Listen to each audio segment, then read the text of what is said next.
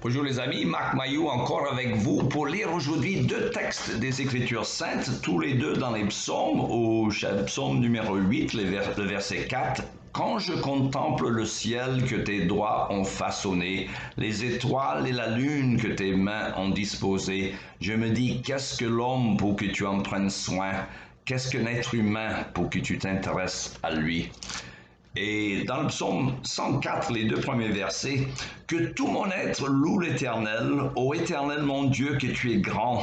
Tu es revêtu de splendeur et de magnificence. Tu as pour manteau la lumière. Tu déploies les cieux comme une tente. Tu construis au-dessus des eaux du ciel tes hauts palais inaccessibles, des nuées. Tu te fais un char. Tu te déplaces sur les ailes du vent. Tu fais des vents tes messagers, les éclairs sont tes serviteurs. » Magnifique cette poésie sur la cosmologie biblique.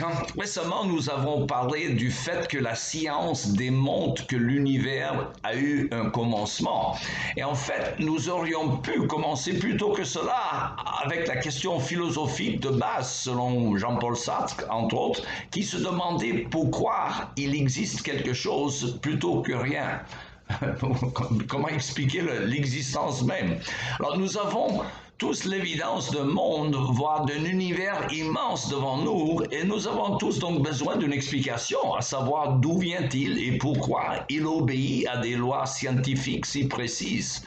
Alors d'aucuns demandent pourquoi il existe la vie, car on pourrait imaginer une quantité presque infinie d'univers et dans la vaste majorité de ceux-ci, la vie n'existerait pas, car les conditions nécessaires pour soutenir la vie sont légion et précises.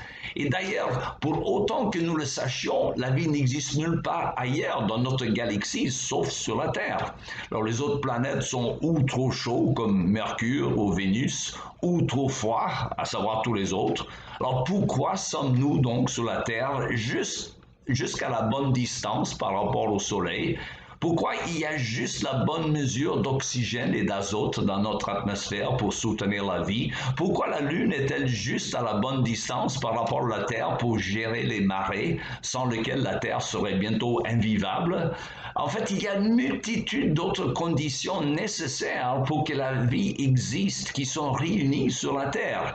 Alors les savants, ils appellent cela le principe anthropique, signifiant par là que l'homme ne serait pas là pour en parler si les conditions n'étaient pas exactement ce qu'elles sont.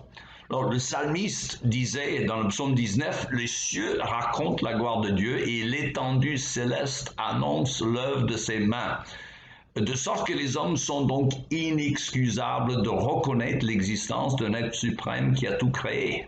Or, les hommes de notre planète acceptent mal l'idée que nous soyons seuls dans l'univers, d'où la raison d'être du programme que l'on appelle SETI, S-E-T-I pour son acronyme anglais, Search for Extraterrestrial Intelligence.